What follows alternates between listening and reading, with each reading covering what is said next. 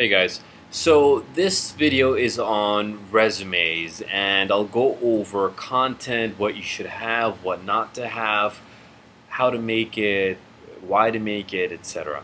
Okay, and the first thing I want to say is the resume, your CV, whatever you want to call it, is very important. Okay, and you won't have your own personal resume uploaded. They actually have a format on ERAS, and they have all these things, and you basically fill it in on there. They have like certain categories of drop down boxes, and what you do is you fill it in yourself with education, your exams, publications, etc. Okay, so first thing what I want to say is education. They'll you're asked about your undergrad, your college, and your med school. Okay, so make sure you have down the years, the dates, etc. And if you've transferred schools, make sure you have all that information. The next thing on if you did well on your exams, your step scores, put them on there. I personally did, because I personally did well on them.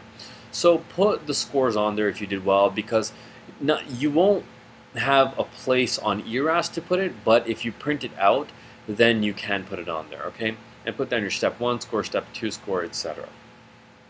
Alright, next thing is publications. And everyone always asks, do you need it? And to be honest with you, the answer is no. Okay? And personally, to be very honest with you, I didn't have any publications on my resume or CV at the time when I was applying. Okay? Will it help you? Yeah, I think it definitely will help you, but it's not necessary. Okay?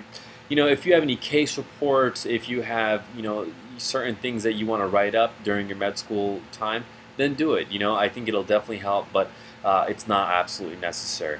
And there's a certain section where you can put all the different publications in various categories. And what is it about publications? Being first author. Okay, and what that means is, for those of you who don't, it's that there's more than one author on most publications, on most articles, and the order of authors is the order of importance. The first author is the most important person, and to be first author, I think, is a good thing to do. The next thing, research. Again, do you need it? The answer, no. You don't need any research, okay? Because a lot of these programs, they understand that throughout med school, not a lot of people have time to be doing research. But if you're one of those people who had a year off in between, like somewhere, and they they see that, they will ask you during your interview, what did you do with that year? And if you have some research lined up during that year that you did, that's a great time to talk about it then.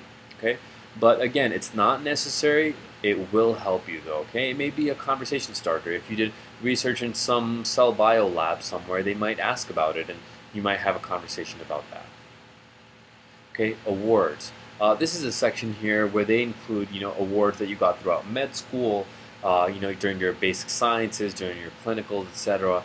So always, include awards here, and it's always a good thing to have. Professional experience. Now, this is more along the lines of work. All right. Now, guys, don't include something about you working at 7-Eleven or something along those lines, etc. But include things like working in a lab, working maybe in a pharmacy, working in a hospital, maybe you were a nurse before, etc. So make sure you include those things in your professional experience, and write down a description of your activities in a professional way.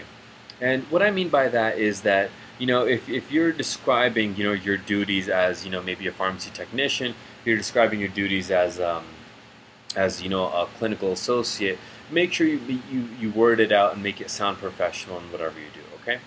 And the last thing that they have on resumes are personal interests.